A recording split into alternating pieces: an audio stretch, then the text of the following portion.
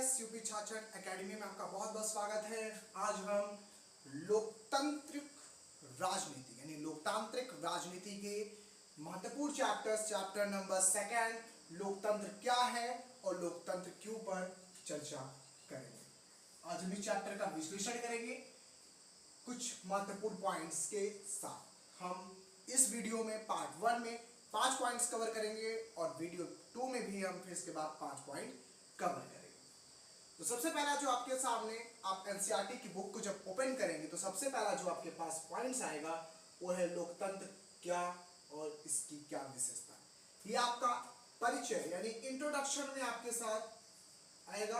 आपसे सबसे पहले होगा क्लास 9 के हमारे प्यारे स्टूडेंट्स के लिए प्रॉब्लम यही होती है कि वह एनसीईआरटी के बुक से चीज़ों को समझ में नहीं पाते या एनसीईआरटी के बुक को पढ़ने में प्रॉब्लम्स होती है। हम उन्हीं प्रॉब्लम्स को दूर करेंगे कुछ सॉर्ट आउट्स के साथ और उनके पॉइंट्स के साथ। ठीक है, जब हम इन पॉइंट्स को कवर करेंगे उसके बाद जब आप एनसीईआरटी बुक के इन पॉइंट्स को पढ़ेंगे तो आपको समझ में आएगा। सबसे पहला जो पॉइंट आपके सामने है वो है लोकतंत्र क्या है और इसकी क्या विशेषता है और लोकतंत्र के मूल क्या है।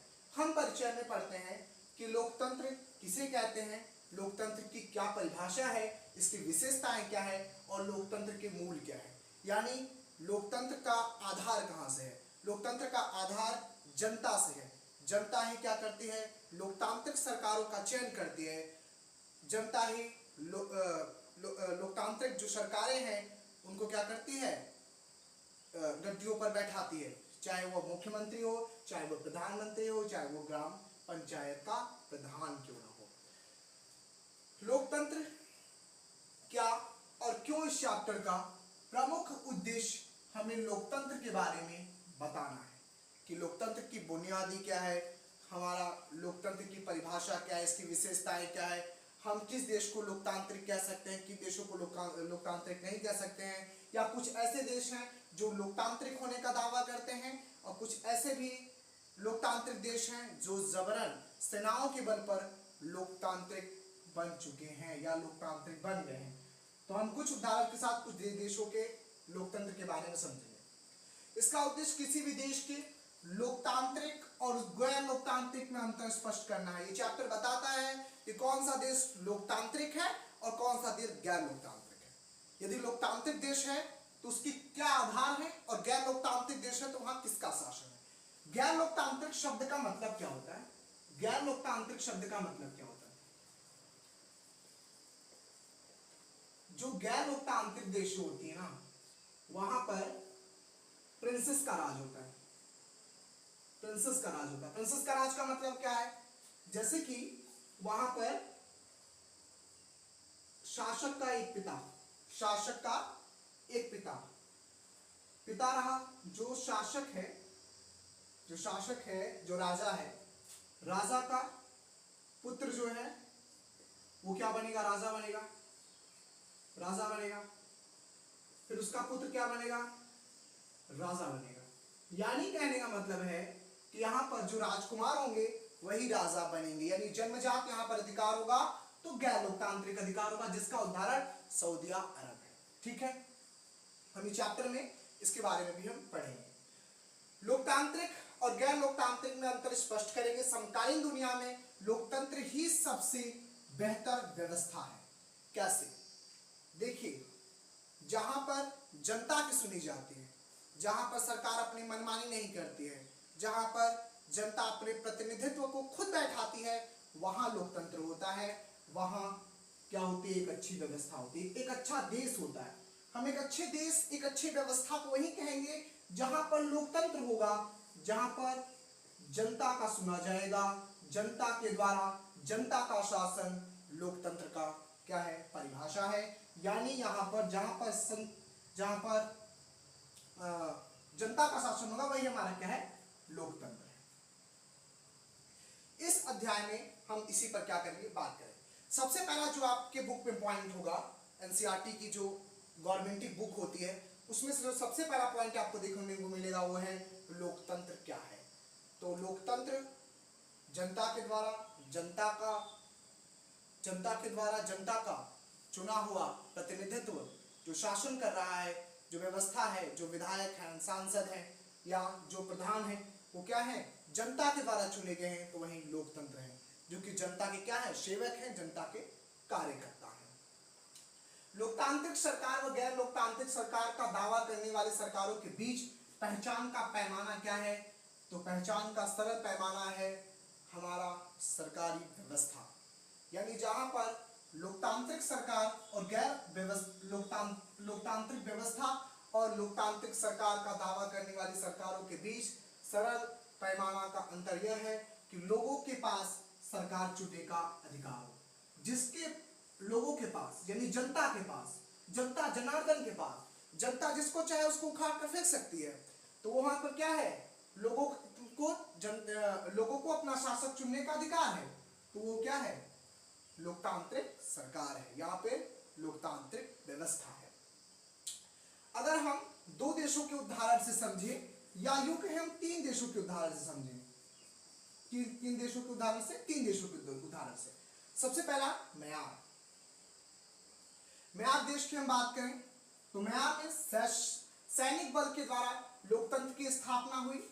यहां पर जिनके पास सैनिक का नियंत्रण था वो राजगद्दियों पर बैठ गए, वो शासक बन गए।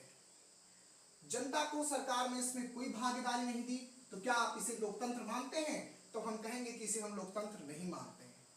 ये सिर्फ लोकतांत्रिक होने का दावा करती हैं, ये लोकतांत्रिक नहीं है, क्योंकि ये जबरन है। जहां पर अपनी बातों को हम कह सके, जहां पर हम अपनी भावनाओं को, अपने कार्यों को, अपनी समस्याओं को नेताओं को बता सकें, जो जिसमें जनता का भागीदारी हो, वो क्या है, वही लोकतंत्र है।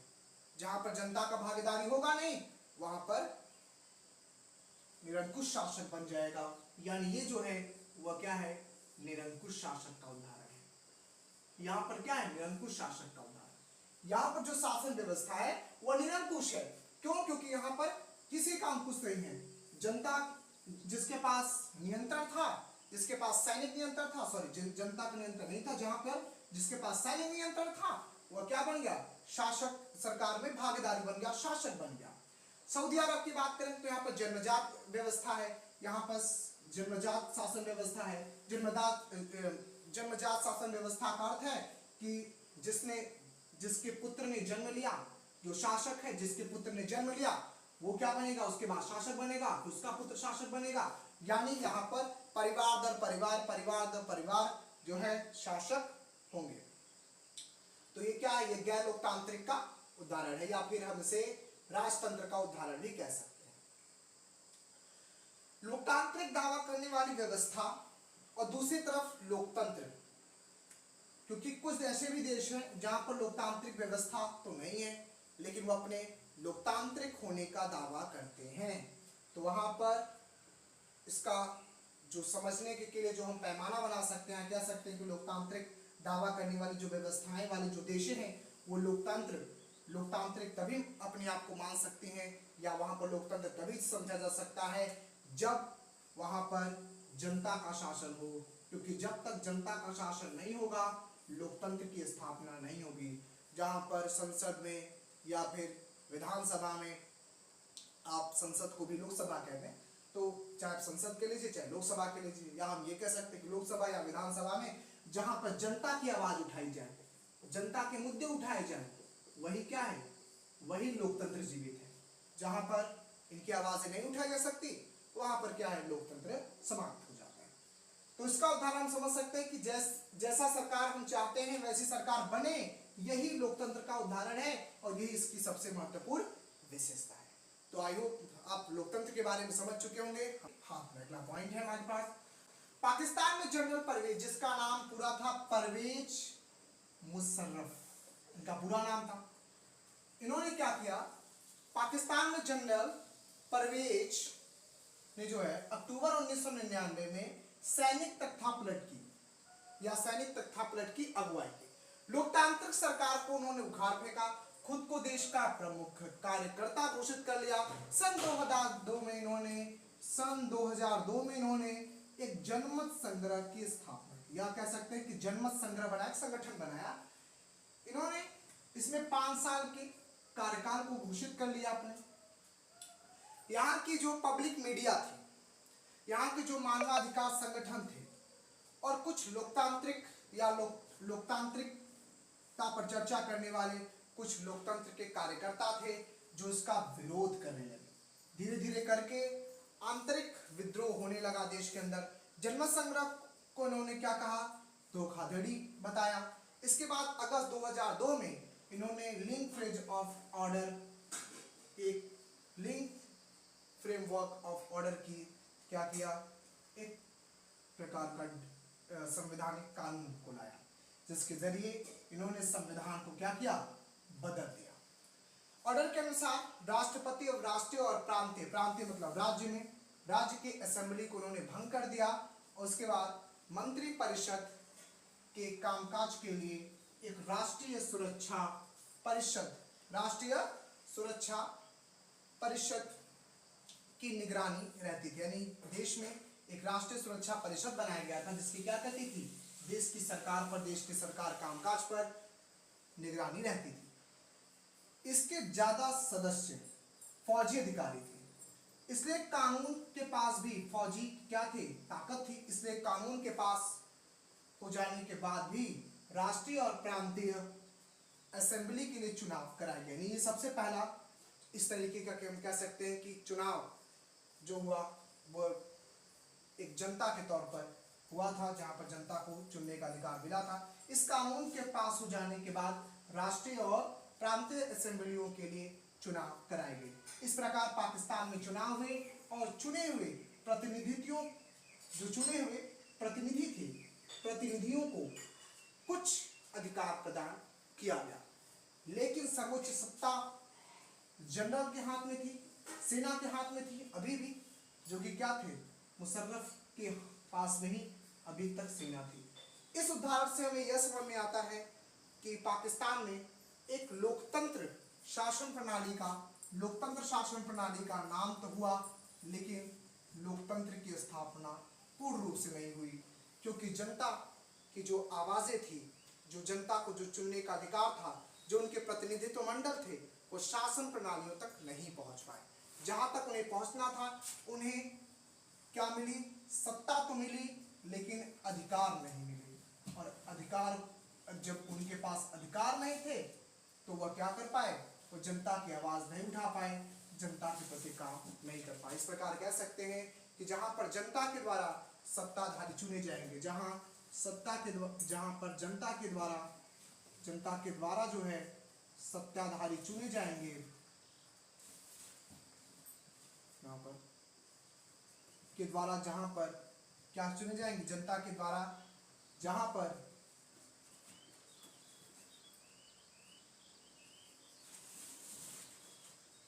शासक चुने जाएंगे वहीं लोकतंत्र होगा।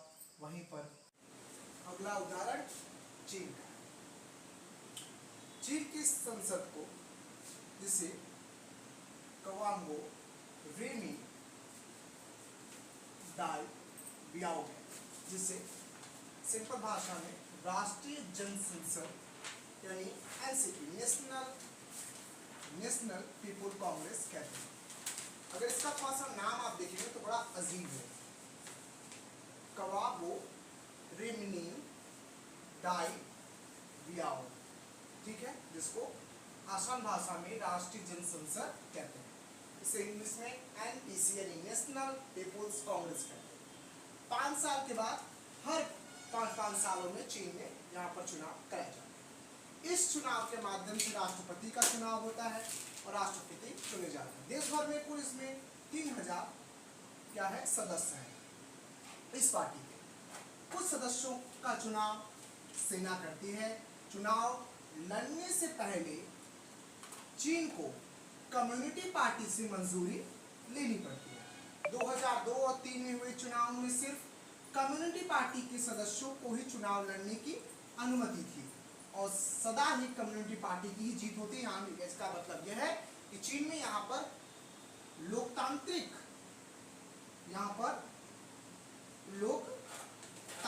होने का दावा करता है, लेकिन यहाँ पर एकांकन शासन क्या है, एकाधिकार का हम कह सकते हैं कि यहाँ पर शासन, ठीक है। इसके बाद दूसरा उदाहरण है मेक्सिको में सन 1903 में आजादी के बाद हर 6 साल में चुनाव होते हैं। देश में फौजी शासक या ताना शासक नहीं है, लेकिन सन 2000 में पीआरआई यानी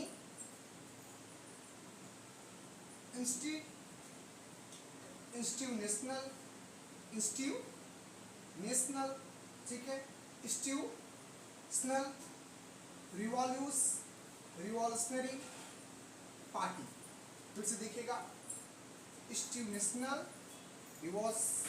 रिवॉल्यूशनरी पार्टी के नाम से इस पार्टी का है, जिसको कहते हैं पोलिस्को, ठीक है, नाम की पार्टी की यहाँ पर जीत मिलती है।